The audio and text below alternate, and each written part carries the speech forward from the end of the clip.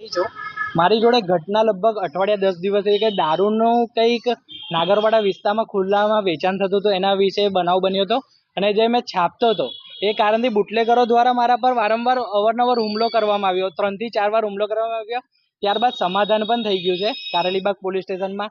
ને આ જે વિકાસ માછી છે ભોપલી કરીને, એ અવારનવાર મારી લોકોને એવું કહી રહ્યો છે કે હું સૌરભ નંદીને પતાવી દઈશ એવી ધમકી આપે. અને આ દીપેન બારોટ છે જે એ કંઈક ભાજપનો આગ્રણી છે એવું કંઈ સાંભળવામાં આવ્યું છે મને. હવે પ્રોપર ખબર નથી કે કયા આગ્રણી છે ને કયો હોદ્દો આપેલો છે. એને કોઈ હોદ્દો આપેલો છે એટલે એના ઇન્સ્ટાગ્રામ પર ફોટો છે કે એને ભાજપની ખેસ પહેરેલી છે એવો ફોટો ઇન્સ્ટાગ્રામ પર છે. તો અમારું કેવું એવું છે કે પત્રકાર સેફ નથી તો પછી આમ આદમી પાર્ટી કેવી રીતે, આમ દુનિયા કેવી રીતે સેટ થતી હશે, અમને એ વિચાર આવે છે. આ બુટલેગરો દ્વારા 3 થી 4 વાર મારા ઘરે હુમલો કર્યો ને આ દીપેનને તો દીપેન જોડે મારો કોઈ કોન્ટેક્ટ નથી, કોઈ વ્યવહાર જ નથી. ને આ ગઈકાલે બનાવ મેં કરજણ ગયો તો કરજણથી મારા ઘરે આવ્યો ત્યારે એમને ડાયરેક્ટ આવીને મારા ઘરે ગાડી કરી, મારા વાઈફને ગાળો દીધી, મારા મમ્મીને ગાળો દીધી. પછી મેં નીચે ઉતર્યો ત્યારબાદ મારા પર હુમલો પણ કરવામાં આવ્યો.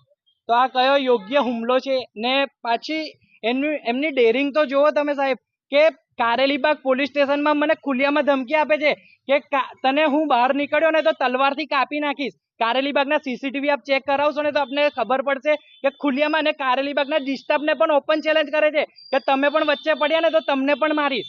આ તો શું પોલીસ પણ સુરક્ષિત નથી, મને તો એવું લાગી રહ્યું છે. મીડિયાવાળા તો નથી ને કોઈ મીડિયાવાળા પણ કોઈ સપોર્ટ નથી કરતા.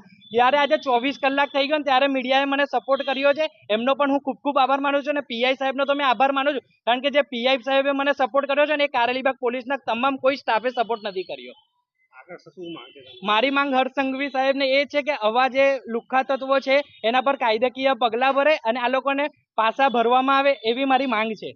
તમે હવે જે રીતની વાત કરી કે ભાજપના અહીંયા કઈ કાર્યકર છે એવો કઈ પુરાવો કે પ્રૂફ આપણા મોબાઈલમાં હોય તો અમને હા બતાવી દઉં, મેં બતાવી દઉં. અમારા દર્શક મિત્રોને મેં ખબર પડે કે આવી રીતે લોકો કેસ નાખીને એની આડનીમય આવા ધંધા કરે છે, ગેરકાયદેસર ધંધા કરે છે. આપ જોઈ રહ્યા છો એ પ્રમાણે એનો કેસ નાખેલો ફોટો છે કે જે ઇન્સ્ટા પર અપલોડ કરેલો છે.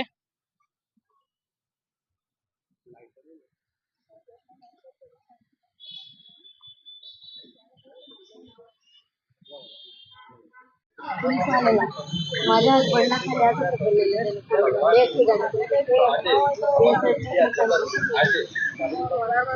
गाडमध्ये